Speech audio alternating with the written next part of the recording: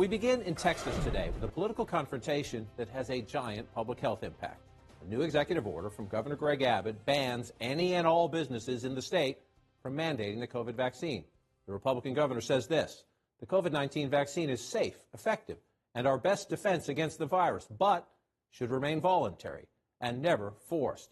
This is a full about face for Governor Abbott. Just weeks ago, he said government should not tell private business what to do. But, important but, he's up for re-election next year, and he's thinking about a national run in 2024. This new order now puts him in sync with the anti-mandate right, and it puts him in direct conflict with President Biden. CNN's Ed Lavandera kicks us off today from Dallas, and a big move by the governor. Indeed, and he's once again taking it from both sides here, as Democrats accusing him of making a politically motivated decision that is going to cost people their lives here in this state. And also, he has been taking a great deal of criticism from the extreme right wing of the Republican Party here in Texas, who have been railing against vaccine mandates. So the governor once again kind of stuck in the middle of all of this politically. And it's clear to a lot of people here in Texas that the political motivations behind this is the suspicion that is driving Governor Greg Abbott in this situation. He is facing two primary opponents who have been railing against vaccine mandates, and that's why many people are saying that the decisions that we've seen the governor make over the last few weeks is largely based in the political reality that he finds himself in. Just look at the list of the bans that the governor here has issued over the last few weeks. Obviously, banning private employers from vaccine mandates, a ban on government vaccine mandates, as well as passport requirements, and also affecting school districts.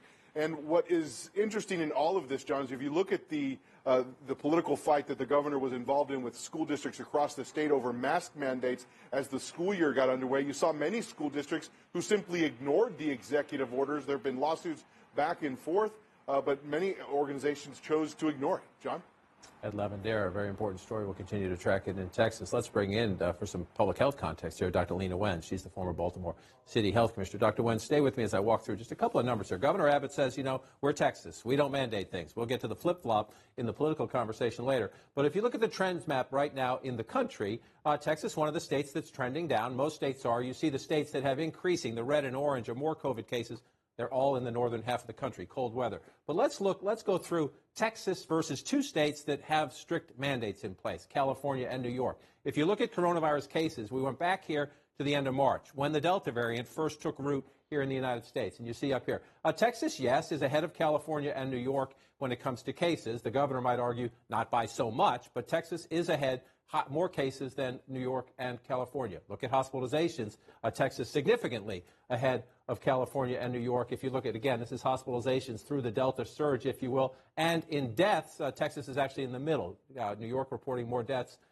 That thing. So let's come back to Dr. Wen at that point there. If you're the governor of Texas, is this justifiable? Can you say, we're Texas, we're the West, we ride it out, we're tough? It's not that much worse than anybody else. Or is this, in your view, the wrong way to go? This flies in the face of public health guidance and is really not the right thing to be doing in the middle of a pandemic. At this point, we know what works when it comes to keeping people safe. We know that people who are vaccinated, for example, are at least 5 times less likely to be infected with COVID compared to people who are unvaccinated. And so if you are an employee and you're being asked to come back into work, you would feel a lot safer if everybody around you is also known to be vaccinated. So I truly don't understand why any governor would be saying we are prohibiting businesses from doing their part to keep their workers and their customers safe. These are businesses that are listening to the requests of their employees saying, I don't want to get COVID. I don't want to get coronavirus and bring it back to my family. The best way for me to keep safe, yes, is to be vaccinated myself, but also to be surrounded by other people who are vaccinated. And so I really hope that the governor of Texas and other governors do the right thing. And even if they don't do the right thing, at least don't stand in the way of businesses who are trying to protect their workers. You just made a key point there about the back and forth, the conflict between the governor, in this case, is maybe businesses that want to mandate. We've seen this conflict between this governor and mayors and other local officials who want to do differently. So I was playing devil's advocate there, saying, can the governor make the case that's not so bad? You say no on the public health standpoint. So if you look at it from this way as well, it's even more telling. When you look at these COVID cases across Texas cumulatively, you do not want to be red. The darker you are, the worse. If you actually look, Harris County, for example, Houston, where Austin is here, Travis County here.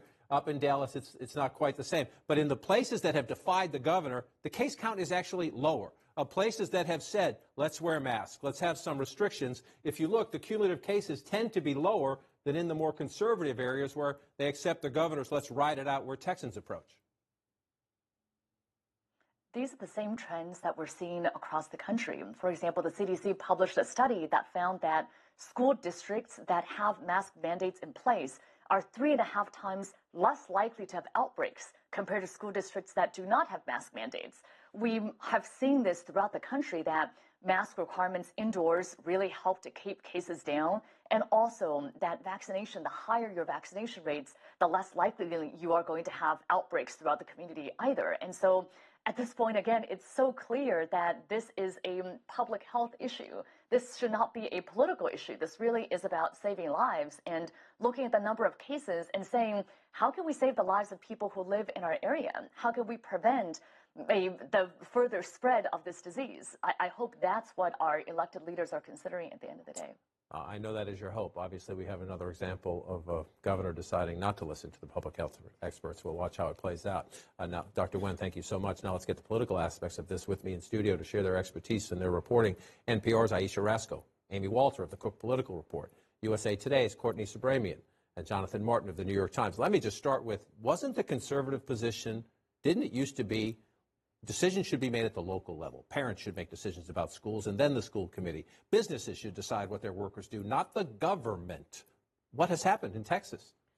Well, now the conservative position is that you should tell the companies not to do what you don't want them to do when you're a governor who's up for re-election. You should mandate what they can't mandate. What they can't mandate. It's very hard to follow because it's not ideological. It is this idea that there is a base that is very upset about mandates. They don't want vaccines. And you have a governor who is worried about re-election, who is saying, I have to get out here and look like I'm ready for a fight. And I'm sure he wants to fight the federal government on this. That will be in his favor. Yeah, so how much of the politics? Beto O'Rourke tweeting out this last night, 68,000 Texans have died from COVID on Abbott's watch. More will die as he prevents employers from protecting customers and employees. Abbott is killing the people of Texas. Dr. Wen was making a point.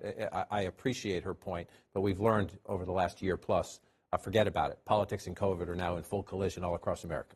No, I mean, this is the big story of our time, that unlike past national tragedies, which have sort of created a rallying effect in the country, this had the opposite effect. This exacerbated, pulled apart the country's red and blue divisions, made them even worse. And that has sort of added to the tragedy itself, that we now have a public health tragedy and a civic tragedy in this country, and you see it getting worse still every day. Right, and it's within the state of Texas, right? So there's going to be a very different response to this in Dallas and the suburbs of Dallas than there will be in rural parts of Texas. And the calculation is, at least for now, the blue parts of Dallas are not big enough to overcome the red parts of the rest of the state.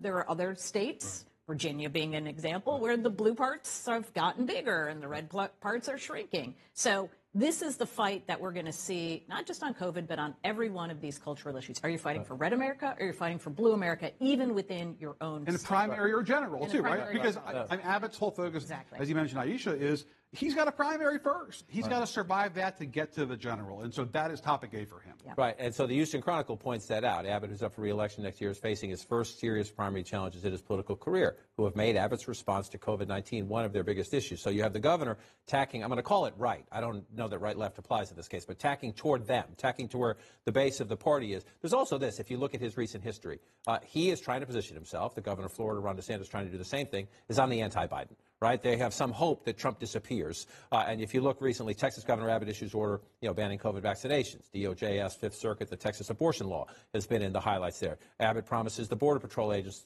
not be punished by the Biden. This is part of his political MO now, is Joe Biden says yes, so I say no. Yep, every step of the way. I mean, Governor Abbott has been against Joe Biden in every step of the way with every COVID restriction.